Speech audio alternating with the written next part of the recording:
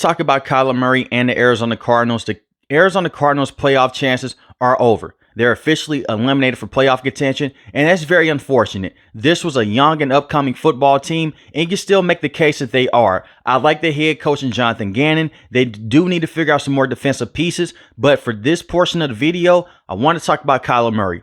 This team is 1-4 in their last 5 games. And I'm not going to put all the blame on Kyler Murray, but majority of this team's struggles have been because of him. Kyler Murray has thrown for 4 passing touchdowns to 6 interceptions in the last 5 games, averaging 246 passing yards a game in this stretch. For the first 8 games of this season, Kyler Murray was amazing against pressure. He was able to get outside the pocket, move around, and make something happen, even though majority of those plays were just dump-offs to James Conner and also to Trey McBride. But when I look at this situation with the Cardinals, Kyler Murray has to do a better job of reading NFL coverages and reading against the blitz. The interceptions have put this team behind the 8 ball. Now, in yesterday's game against the Carolina Panthers, that wasn't all on Kyler Murray. The defense could not stop Chuba Hubbard, and Bryce Young had a very good game. But at the end of the day, you had the chance to go out there and win that matchup in overtime. You're paying Kyler Murray a lot of money. I'm over it at this point. When quarterbacks get paid a lot of money in the NFL, you have to go out there and step up and produce in high pressure moments. Look at this interception against the Seattle Seahawks. He's getting pressured by Devin Witherspoon, a phenomenal play by him. It's an open wide receiver. Kyler Murray overthrows him. Not only did he just overthrow him, this play goes for a pick 6. You gave the Seattle Seahawks a free touchdown in this matchup, and ultimately you can look at this play in the first matchup and say, hey, that's what lost us a football game. The fact that Kyler Murray went blind against the blitz and he overthrew a wide open wide receiver. Great play call by Mike McDonald, the defensive coordinator. Great play by Devin Witherspoon. But Kyler Murray found a way to get out of the pocket. Devin Witherspoon is tracking him down. He just overthrew the pass. You look at this interception right here. This is the second matchup against the Seattle Seahawks. This was more so of a blowout than the first encounter. And the first encounter, the game was close. It's a slant route, but he gets baited by the linebacker. He doesn't see him, and it goes for an interception. Kyler Murray is not a rookie. Kyler Murray is not in his second year in the NFL. He is 27 years old. He has been in the NFL since 2019. They selected him with the first overall pick. They moved on from Josh Rosen and they moved on from Steve Wilkes, rightfully so. But when I look at Kyler Murray, you're expected to do more. You're a former first overall pick, not just a first round pick. When I look at quarterbacks like Joe Burrow, Patrick Mahomes, Lamar Jackson, Josh Allen, Kyler Murray has the skill set to be in that same conversation, but he is not. Yes, bad coaching by Cliff Kingsbury, but they have tried to put the right weapons around Kyler Murray with DeAndre Hopkins in the past, with his close friend Hollywood Brown. You have a very good running back in James Conner. You have a top receiving tight end in Trey McBride, and you have Marvin Harrison Jr. Now, it's a lot of scouts and a lot of analysts now saying that, hey, Marvin Harrison Jr. hasn't lived up to the hype. What's going on with Marvin Harrison Jr.? Marvin Harrison Jr. is having a tough time separating in the NFL, but it's also plays like this. Let's take a look at what happened in week 1 against the Buffalo Bills. Marvin Harrison wide open down the field. This is ball game. If Kyler Murray sees him, this is it. But he doesn't see him wide open down the field. Kyler Murray came right after this game and said, hey, I'm not going to force Marvin Harrison Jr. to football. That's not my job. He was being sarcastic. He was being snarky because the next game against the Los Angeles Rams, they fed Marvin Harrison Jr. But situations like this, you have to hit your wide receiver. He didn't even target Marvin Harrison Jr. in this situation. I can understand if you're on the run, pressure's on your face, and you miss this pass. He didn't even see Marvin Harrison Jr. And you can say it's the short jokes. Kyler Murray can see deep down the field. He just can't read coverages. He goes blind against the blitz, like how he has done multiple times. Here is another example of him going blind against the blitz. Against the Minnesota Vikings, a very close football game. He had 2 interceptions in this matchup. This is the first interception. He does an amazing job getting away from the blitz. It's a man blitz by Brian Flores, defensive coordinator for the Minnesota Vikings. Kyler Murray rolls out, does a great job getting away from pressure. He sets his feet, throws the football deep down the field. Goes blind, throws a terrible interception. Just throw the football away. This was 3rd and 7, by the way, but you don't put your team behind the 8 ball. Instead, he throws a football. Byron Murphy Jr. is there, goes for an interception. You can't have these type of plays as a franchise quarterback in the NFL. Kyler Murray is 27 years old. Him being young is no longer an excuse. Now, I will say this.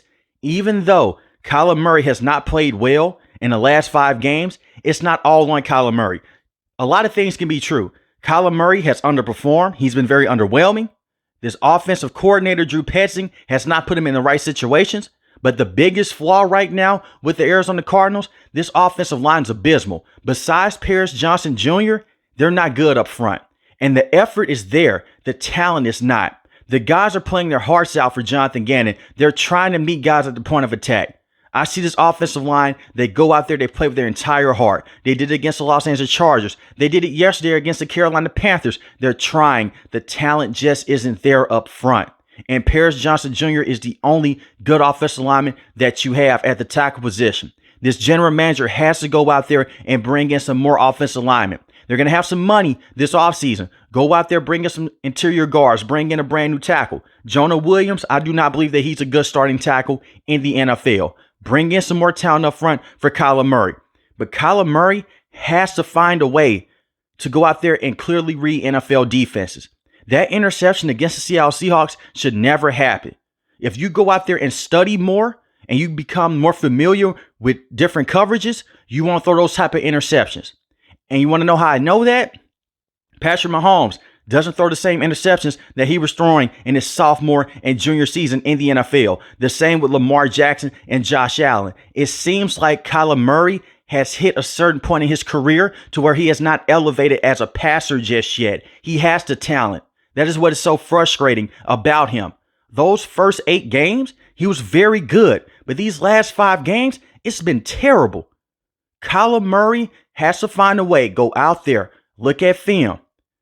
Go step in there with the quarterback's coach. Go step in there with the offensive coordinator and figure this out and be more patient inside the pocket. Because even though this offensive line is abysmal, there's times he just rushes himself into sacks because he's not comfortable inside the pocket. And I'm not going to say it's because of his height. He can't see over the line of scrimmage. He can. He takes deep shots down the field to Michael Wilson. He takes deep shots down the field to Greg Dortch and occasionally to Marvin Harrison Jr. But Kyler Murray has to trust his arm more. He's relying too much on his legs, and that's going to hurt you in the future. He's 27. He's going to be 28 next season. This is where Kyler Murray's supposed to be hitting the top end of his talent. If you're not seeing it right now, it's never going to happen. I do feel for him because Cliff Kingsbury was a terrible coach. And I do believe there was something special with him and DeAndre Hopkins. And when they brought in Hollywood Brown, unfortunately, DeAndre Hopkins dealt with injuries with the Arizona Cardinals. But when they went to the NFL playoffs, they had something special. Cliff Kingsbury got outcoached and Kyler Murray didn't step up. But it was okay because Kyler Murray was younger. He was still learning. At this stage of the game, you can make the case that he's a veteran quarterback. He has to be better. When I compare him to even Sam Darnold, he has looked better on a monthly basis. Kyler Murray is still stuck at the same point he's been at over the last few years. And wide receivers aren't going to help with this. An offensive coordinator is not going to help that much with this. Kyler Murray has to go out there, put the ball in the right place, trust himself. Don't rely so much on your legs, even though that's his superpower. You're going to have to eventually go out there and read coverages. Even Lamar Jackson has learned that in his career. But right now, Kyler Murray has been very underwhelming in his stint with the Arizona Cardinals so far. Bad situation, yes, but it's not one of the worst situations in the NFL. And I like Jonathan Gannon as a head coach. Speaking of Jonathan Gannon as a head coach, I hope that B.J. Ojulari will be able to play next season. He had 4 sacks last season. He's the big defensive end from LSU. Very good player. I'm not saying that he's going to be a top edge rusher in the NFL, but this is a man that can go off the edge and give you a lot of pressure. He can go out there and help stop the run. The fact that this defense had good moments against Justin Herbert and the Chargers, granted the Chargers were dealing with injuries, and the fact that they went out there and they played very good defense against the Minnesota Vikings until the last quarter says a lot about Jonathan Gannon. He's a defensive guru. That's why they brought him in. He is a great defensive coach. He has been doing this with a lot of just third-string edge rushers. Xavier Collins is the best edge rusher right now. He has 4 sacks in the season, 1 forced fumble. He's been underwhelming. As a former first-round pick, he's a former interior linebacker. They switched him over to being an edge rusher. You need Darius Robinson to step up. He's missed majority of this season dealing with an injury. He's played in the last couple of games. I believe that there's high upside there with him. But they need B.J. Ojulari. They're going to need Darius Robinson to also step up and possibly bring in another edge rusher through free agency or through the NFL draft.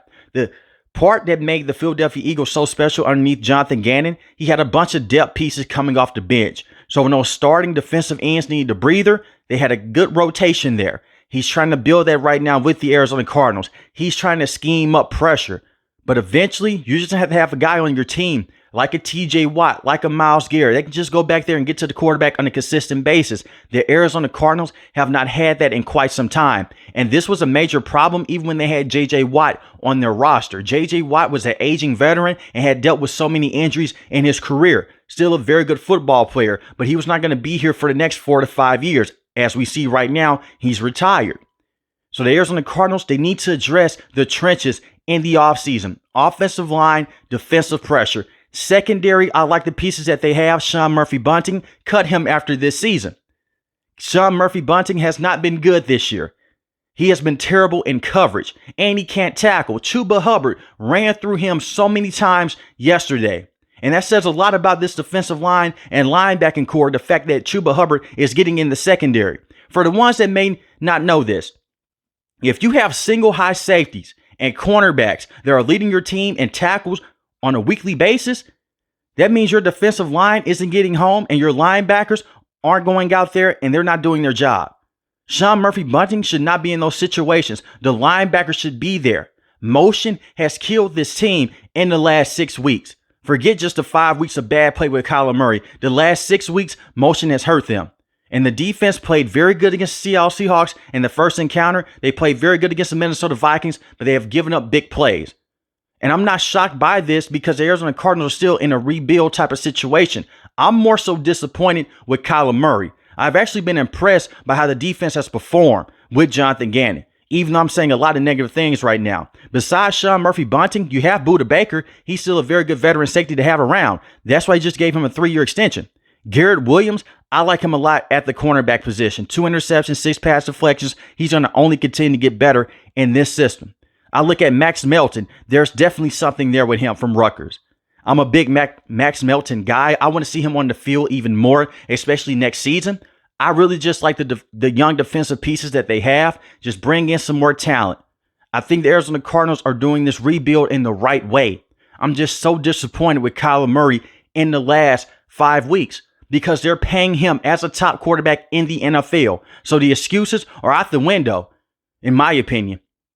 Especially when you're missing Marvin Harrison Jr. deep down the field. You're throwing blind interceptions against the blitz. You can't have that. The defense will get better over time. I've seen Jonathan Gannon go out there and build defenses on his own before with the Philadelphia Eagles. The defensive scheme is there. The players have adapted very well. They're still figuring things out.